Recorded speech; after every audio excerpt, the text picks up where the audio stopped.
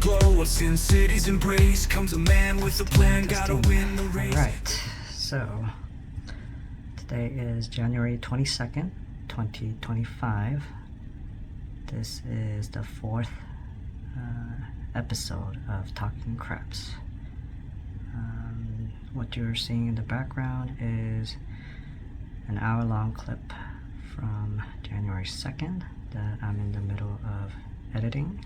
Hopefully I can get this done soon so I can get it ready and schedule it for publication. Yep. Right now I'm going through and blurring out faces. It's very tedious.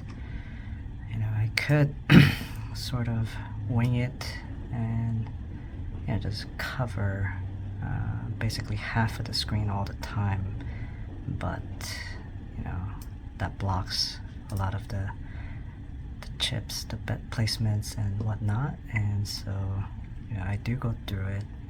I don't want to show too many faces and whatnot, so I go through it once through to take care of this, and then I go back and caption the action and add, you know, the sound effects, some photos, some video effects if appropriate, and then yep, that's how these videos are created. So yeah, it's more work on the back end, but you know, personally I think it's too hard to follow the action if it's just you know, a video straight through, right? Unless if you're calling out all the action, all the bets payouts as you go along, it's too difficult to follow along. So yeah, I put in the extra work to caption it so that, you know, you can see what's going on and follow along, and I think, you know, that makes for a more enjoyable video. Otherwise it's just, you know, too boring. And yeah, I mean, of course, you know, there's different approaches. If you're doing it with permission and, you know, you can have the camera out and well positioned and you call out all the action, you can zoom into, you know, the bets and whatnot, then yeah, that's great, right? Then you might not need more work on the back end, but the way my videos are, you know, unfortunately, this is necessary. Now, I do have permission at a few properties, so, you know, it's going to take some adjustment. I need to test the equipment to make sure the camera stays, you know, where I want it to stay, and it still does the job. So that should be coming soon. So this particular session, I think I mentioned it.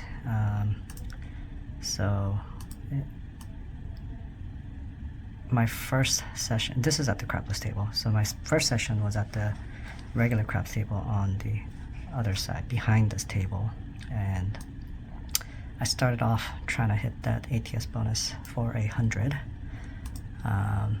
Got really close and, you know, needed it too. That video has been uploaded already, and the full session is scheduled for release this Friday, so you guys can catch that there. By the time this is released, the video should already be out, so yeah. And, you know, I started off with a nice run, but things went downhill from there. And I ended up at the crapless table, up and down, and I kept, you know, I kept swinging for the fences, trying to force something to happen, and yeah, usually that's not a good way to go. And I had played all day, and, you know, I was up as much as what, like 3,000 and change in the very first, you know, 30 minutes. And then I ended up giving it all back, and I was in for a total of $11,000. Yeah, that's a big swing, not a good place to be. and you know, it's getting late in the day. So yeah, it was, you know, it was rough. And I was at the crapless table, and I was alone for quite a while. I stopped recording because you know, it was just a terrible run, and I had almost given up. And you know, instead of just walking away with a couple $100 or $1,000, I just, you know, played it out. And then I was down to $85. I had 3 quarters and 2 red chips. $85. This is a 25 minimum table. I decided, okay, I'm gonna put 3 of the quarters on the extremes, and then I bet 5 on the small side bonus, and 5 on the all, make them all. And I put a quarter on the 2, 3, and 11, and that was it. The dice came to me. It was my turn to shoot, but I don't have any more chips. I had a little bit more cash in my pocket, but you know, by this time, like I said, I had given up, and I was just gonna, you know, see where this $85 goes, and that was it. So I passed the dice to this guy to the left of me who had joined me not too long ago, and that was probably the best decision I had made, because he went on a tear and he ended up rolling the ATS bonus. Unfortunately, I had, like I said, 5 on the small, 5 on the all, and that was it. So 5 on the small paid, you know, $150. 5 on the all paid $750. That's $900 there. It took a while before he hit any of the extremes. I just kept my quarters on the 2, 3, and 11. So he hit several, you know, inside numbers. He hit several points, and then finally he set a point of 11. So you know, I'm always working my extremes. So that quarter paid 75. I pressed it. I got the 12 as well, and eventually he made the point of 11. So that got me started. And I'd say in about half an hour, he ended up hitting everything. And so by the time his roll ended, I had a little over $1,000 in chips from my last $85. I had nothing in the rack, so my rack check is 0, and I seriously had $85 on the table. That's it. And with that 1,000 or 1,100 that I ended up with after he rolled ATS, the dice went to the next guy who had joined, stick right one. He had an okay roll, and then the dice came to me, and I had a pretty good roll. And you can start seeing here, I have a lot more than, you know, 85 or 1,000. They're mostly black chips. That's like 150 on the 12 there. Mostly black action across, and here again I had pressed to 100 on the all. I think I had quarters and quarters, so we hit the small. Need a bunch for the tall, but yeah, this ended up being one of the most epic comebacks. From $85, I ended up leaving this table with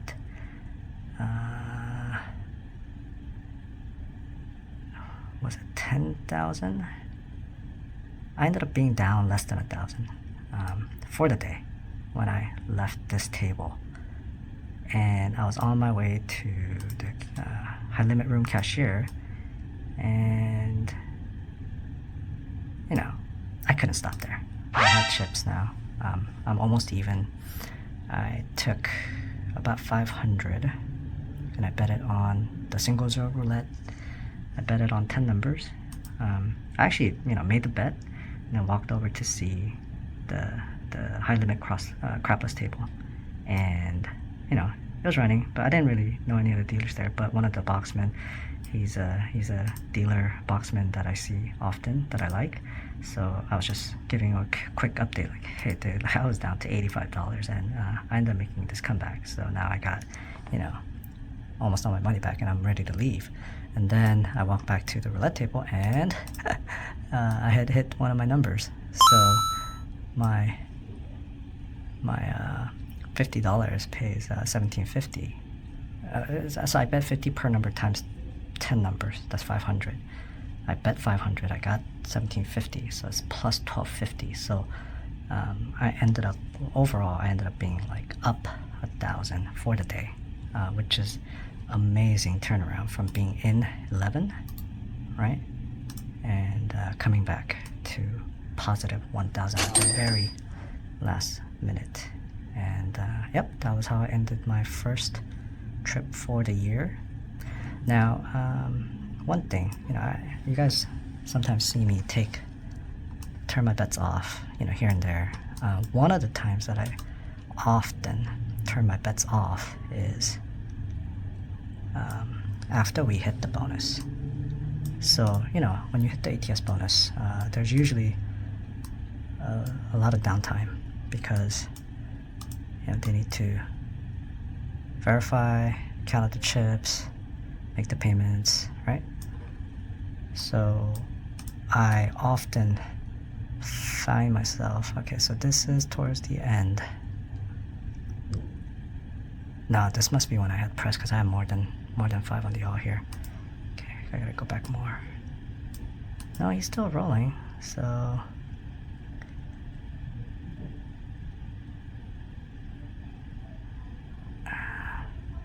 where was it? Okay, well, he must have hit one side of it because the shooter came, we gave each other high fives.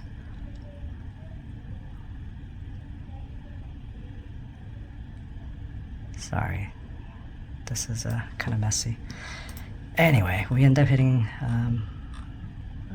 one side of the bonus, and then I turned off my bets. The shooter did not, and yeah, he hit the tall.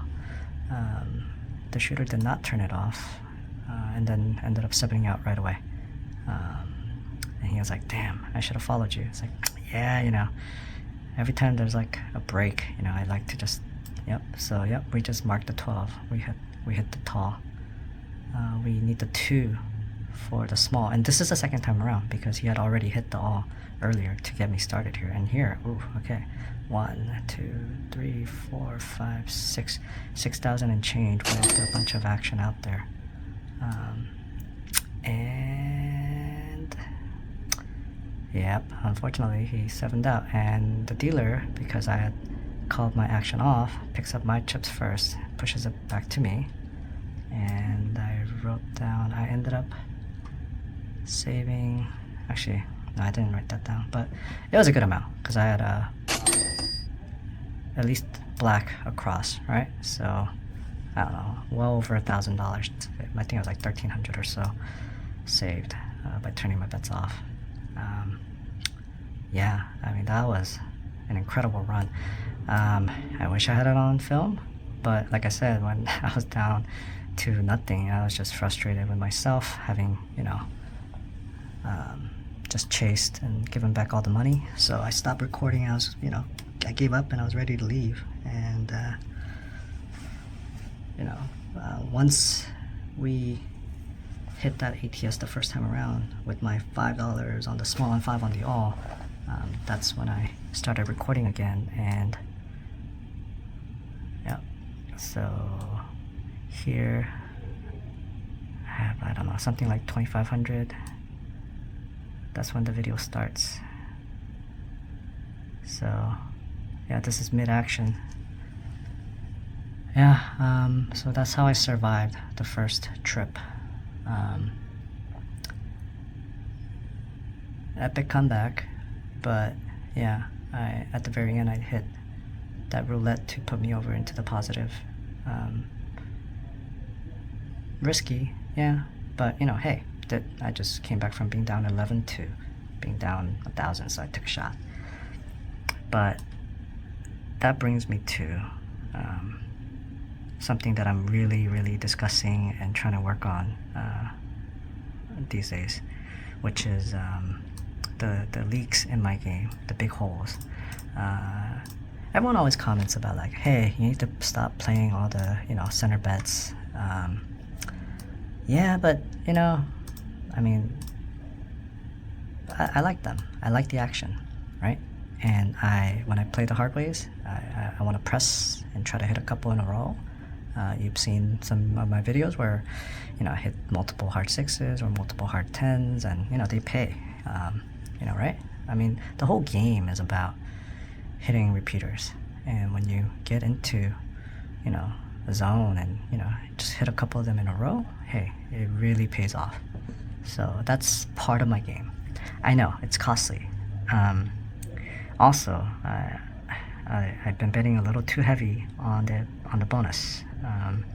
Yes, I did hit for 100 on the all, which paid 15,000, but over the course of several sessions afterwards, I have given it all back because I just kept chasing and trying to have lightning strike twice, and it's not easy. Sometimes you hit it multiple times, and other times you can't hit it all for weeks and months. So yeah, that's my fault. So yeah, I've been talking to several people, and the number one thing I need to work on is bankroll management. So I've been approaching this game wrong. I basically show up with a buy-in, not a bankroll. So whether I show up with 5,000 or 10,000, I treated it as a buy-in, and I played until either I was tapped out or I was up 2-3 times what I bought in for, which isn't always feasible, right?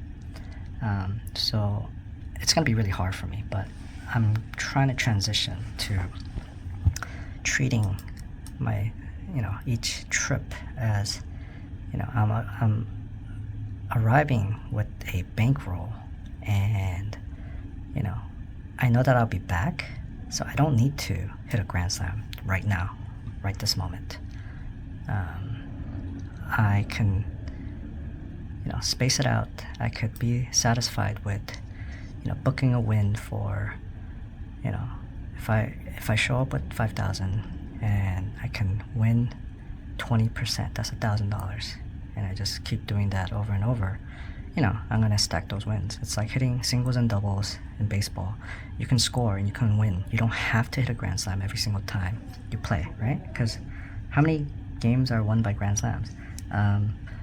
World Series Game 1, Dodgers over Yankees, yes, but that's rare, and that's why it's such a big deal, right? The walk-off home run by Freddie Freeman, that was just amazing. But I'm not a baseball fan, but I do support my home team, Dodgers, and I do watch the World Series. But anyway, that's that. Go Rams. Damn, we were one play away from beating the Eagles. Just, yeah, I think that false start in the red zone just killed their momentum there. Had a shot, but hey, Rams did a lot better than anyone could have ever imagined for them this season. So proud of them, and they got a lot of good young talented people. So looking forward to next season. But yeah, that's my little tangent on sports talk. But again, back to craps. Seriously, I've said it before, but it just I couldn't stick to it. Hitting singles and doubles win you games if you do it consistently. You don't have to hit a home run, and occasionally you do end up with the home run, and when it happens, take it, right? But don't aim for grand slams, because most of the time you just end up striking out.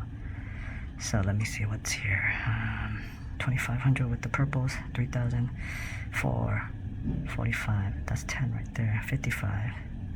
6,000, 7,000, 8,000, 8,000 and change with a bunch of mostly black chip action out there. Yeah, and some days you do catch that lightning, you do come back from being down to $85 and ending up, making up your deficit of $11,000. So, yeah, never give up, right? One more thing. So, I don't, I don't claim to be a great shooter or dice influencer, but I play a lot, and I do have, my particular dice set that I like. I do have, my throw that I like to, try to be consistent at, and some days, I'm on, and I can see like, some dominant numbers tend to show up, right? If my 4 5's on top, with the ones facing me, if I keep seeing a 5 or a 6 on like the right side, it's good, right? I'm being consistent. But I recently uploaded a short showing my practice throws at the palms, and I have no idea who this person is, but someone said, hey, your grip is weird, why are you putting so much pressure on the left dice? I don't know. I've never had someone, review my grip or throw. I've had people tell me that, I have a nice throw, but, obviously I'm not good enough to consistently do it. But I play a lot. I do play a lot, and I do play at certain tables a lot. And, sometimes, every once in a while, when I'm close to hitting like the bonus, I might mess with the dice a little bit to try to see if I can, nail the particular number, like snipe the number that I need. But I've gotten away from that because I don't practice that particular set or throw enough.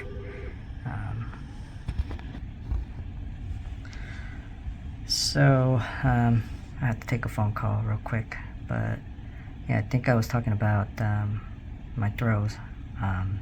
Yeah, I play a lot, but I don't have a separate, practice rig, or I've never taken lessons. I've never had any coaching, so I just kind of arrived at my set and my throw on my own, and I do feel that when I play, especially at the tables here at Palazzo and Bellagio, where I play the most, if I get a consistent throw, I do tend to see a lot of 9s and 10s.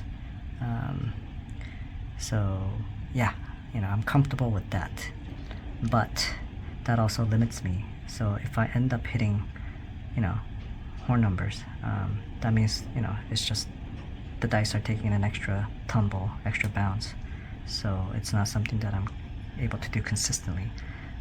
One of my crapless sessions at Fontainebleau, I was hitting, my rolls are just, hitting horn number after horn number, but I kind of credit that to their table being different. It's a longer table, different bounce. So even though I'm throwing, how I normally throw, the dice are reacting differently. So these are things that I, eventually want to, work on, so that, I have something a little different that I can try to, work with, trying to add to my arsenal. But yeah, hey, that's the controversial dice influence segment of the day. But yeah, I mean, who doesn't want to be able to, see some consistent numbers? And for now, I don't try to mess with it, because hey, even if I don't hit the bonus, if I hit the dominant number several times in a row, or just they just keep showing up, I'm gonna make money, right? As long as we see repeating numbers at this game, that's how you win. So yeah, for now I'm not messing with it. By the way, okay, so sometimes you'll see me do this. That's a pass line bet. That's the odds.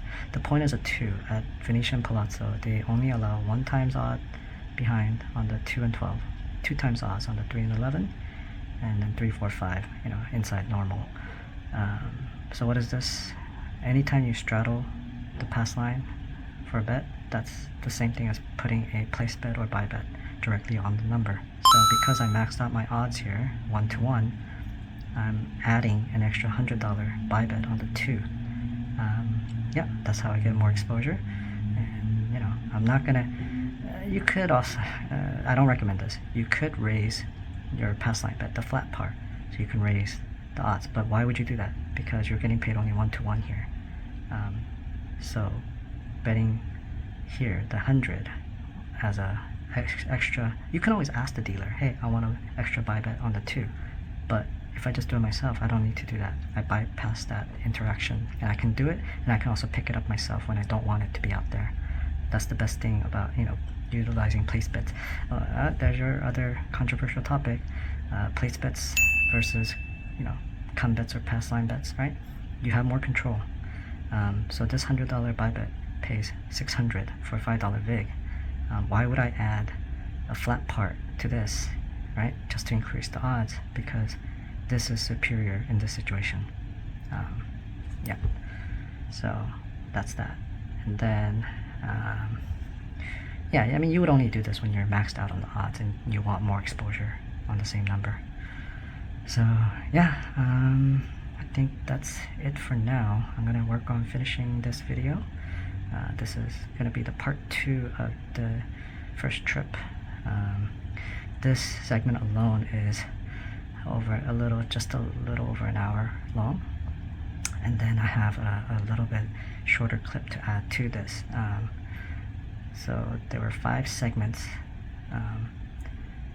and that ended up being, I don't know, something like 40 something minutes.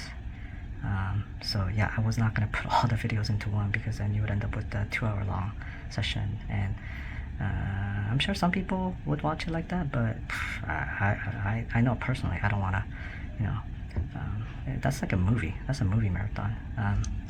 So yeah, I think like a 40-minute, 50-minute session is digestible. And so yeah, and then this has not been sped up yet, so this is gonna go down to about probably like 42-ish. Actually, let me show you guys exactly what happened. Compound clip, speed 1.3, and oh no, it's down to 46. And then within the video I will speed up certain sections, but there'll be some outro music, and then I'm gonna add that other clip. So yeah, you know, it'll still be about a 50-minute total probably. So yeah, hopefully you guys look forward to that and enjoy it. And yeah, I'll be back next time to give you some more recap. Yeah, I got some Durango.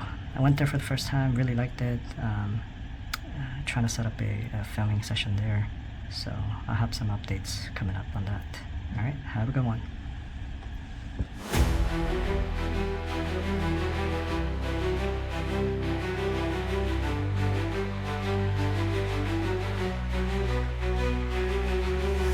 In the neon glow of Sin City's embrace comes a man with a plan, gotta win the race. Vegas day tripper, they call him the VDT. With Lady Luck by his side, he's feeling so free.